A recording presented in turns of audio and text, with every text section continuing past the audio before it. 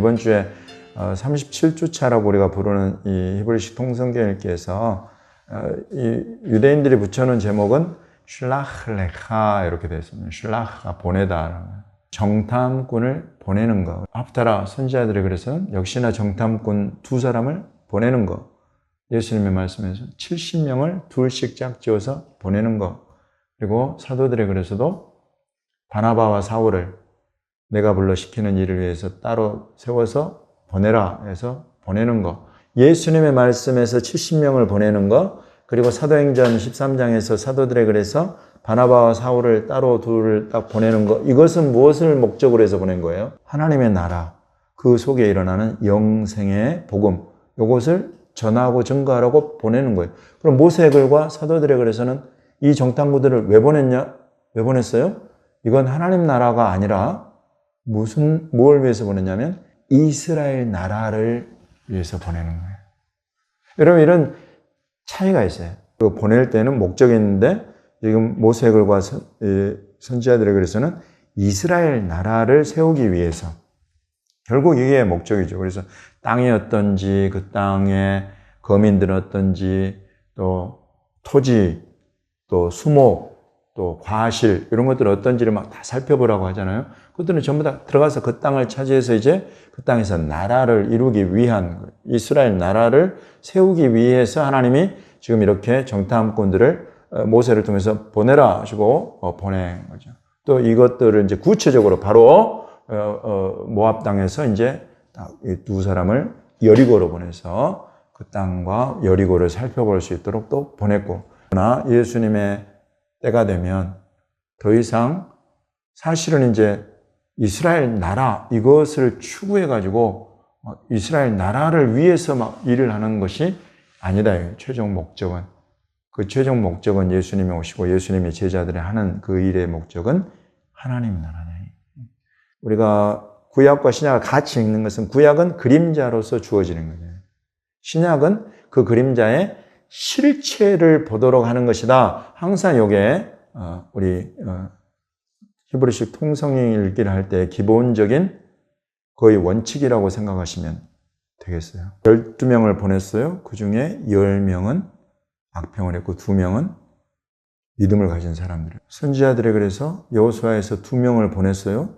이 2명을 보냈는데 이 2명을 잡으려고 하는 자들이 있고 이 2명을 선대를 하고 보호하고 이 사람들에게 나중에 자기들의 목숨을 구원해 줄 것을 부탁하는 그런 여자가 있어요. 예수님께서 70명을 보냈어요. 70명이 보내서 간 곳에서 이 사람들을 영접해서 자기 집에 들이고 이 사람들이 이 예수님 보내신 일들을 하게 하는 그런 사람들이 있는가 하면 이 사람들이 와서 아무리 어떤 소리를 해도 듣지 않고 그 발의 먼지를 티끌을 떨어버리게 만드는 사람들이 있었어요.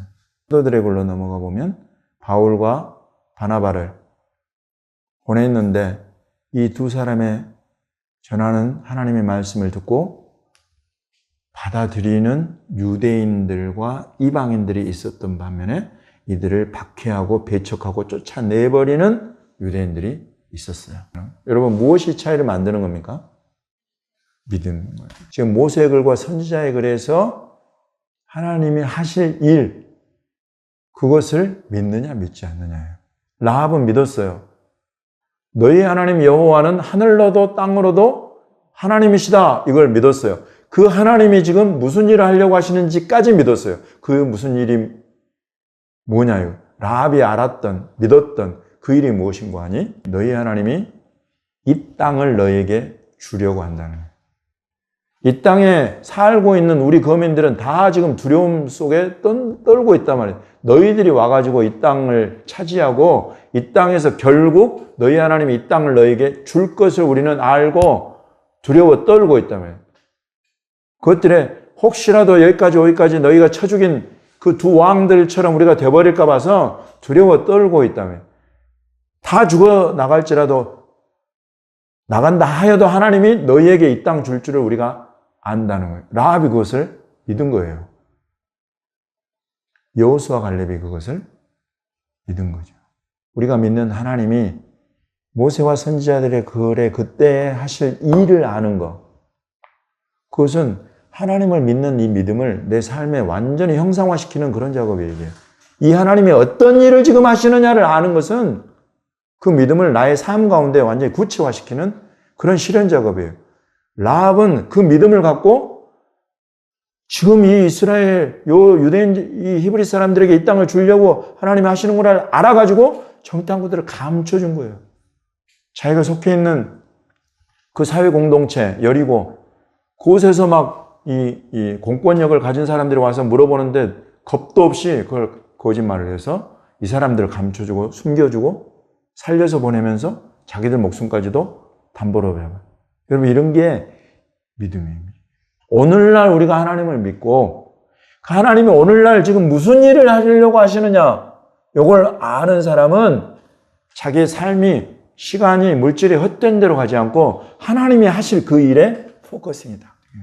여러분, 이 시대에 우리가 믿고 섬기는 우리 아버지 하나님, 우리 주 예수님은 무슨 일을 하려고 하십니까?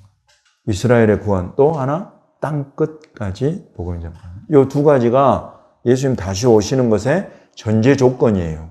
그래서 지금 2000년 동안을 땅 끝까지 복음 전하는 선교사들, 모라비안부터 해가지고 여러분 영국, 세계 선교의 중요한 때에 그런 나라들과 종족들을 주님이 쓰셔서 땅 끝까지 복음이 전해요. 그래서 더불어서 이스라엘의 구원이에요. 이 두 가지를 주님이 말씀하시죠. 주님이. 이루어져야 나온다 말이죠.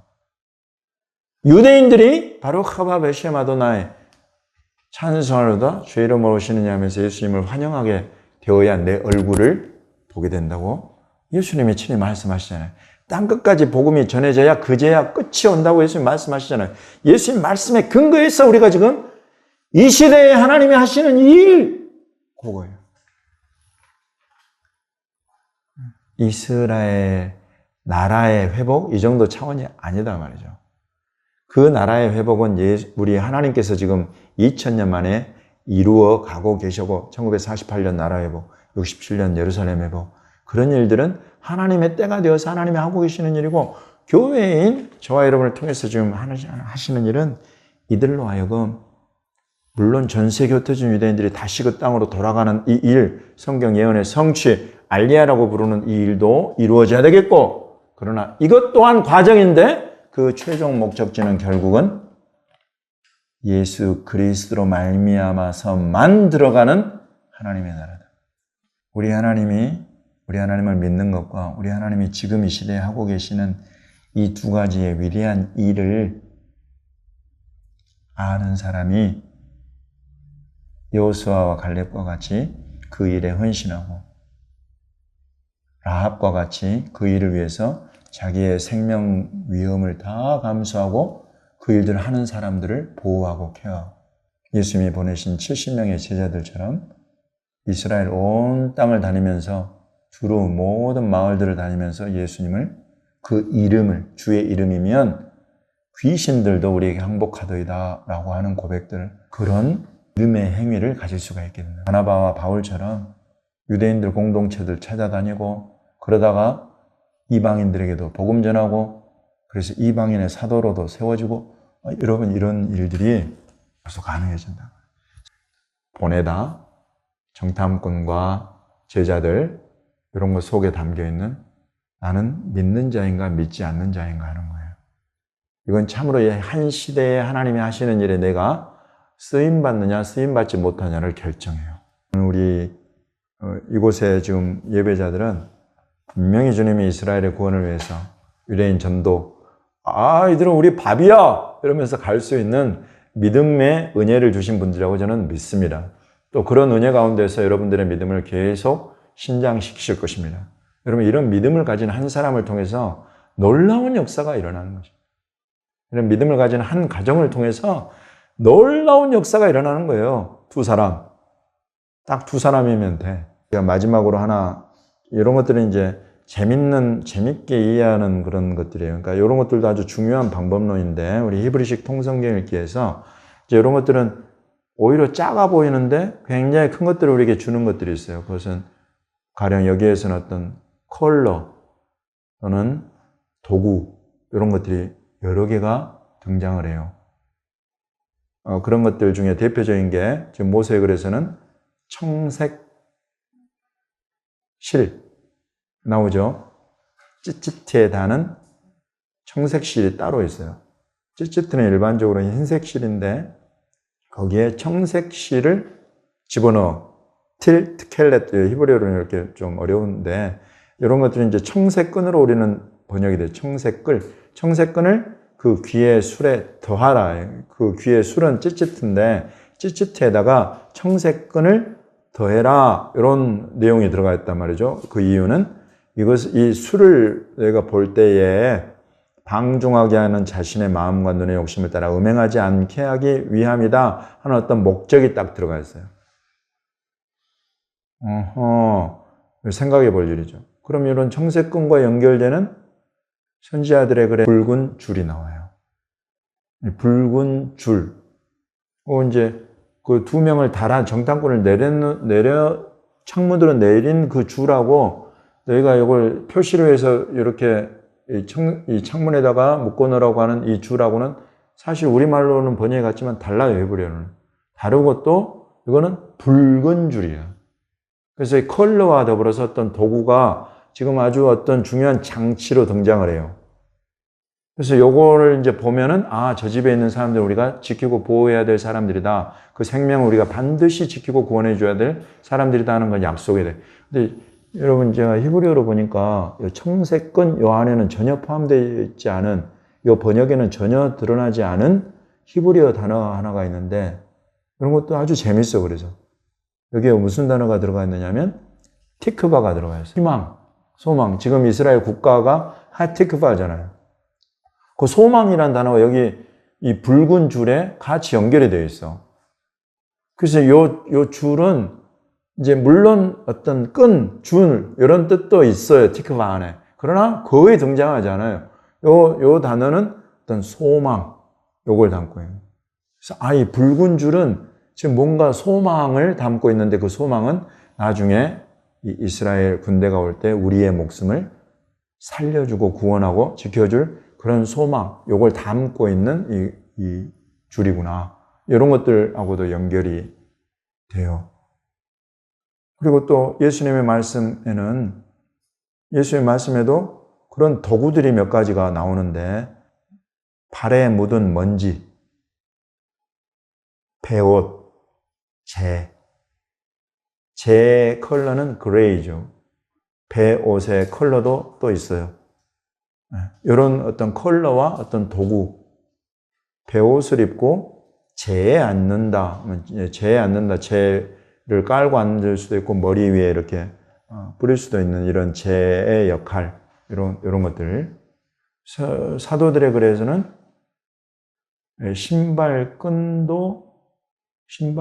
묶기도 감당하지 못한다. 이 신발끈이라는 요 도구가 갖고 있는 어떤 역할이 있어요. 어떤 전달하고 싶은 그 의미가 있단 말이죠. 또 나무에 달린다. 나무. 그리고 이제 사도들이 갈 때에 복음을 받느냐 안 받느냐에 따라서 발에 티끌을 떨어버린다. 아까 우리 예수님의 말씀에서 발에 묻은 먼지, 발에 티끌 이런 것들이 이렇게 등장한단 말이죠. 뭔가 의미가 있다. 이런 것들을 이렇게 엮어서 보면 또 하나의 아주 재밌는 성경 읽기가 또 돼요. 그리고 이제 사도들의 글에 회개의 세례가 나오잖아요. 회개의 세례. 세례는 이때는 물로 주는 거예요. 물이 등장해요. 물. 이런 것들이 어떤 도구들이 주목을 끄는 그런 주관이 있어요. 이런 것들을 찾아서 읽어볼 때 상당히 성경 읽기를 흥미롭게 만들어요.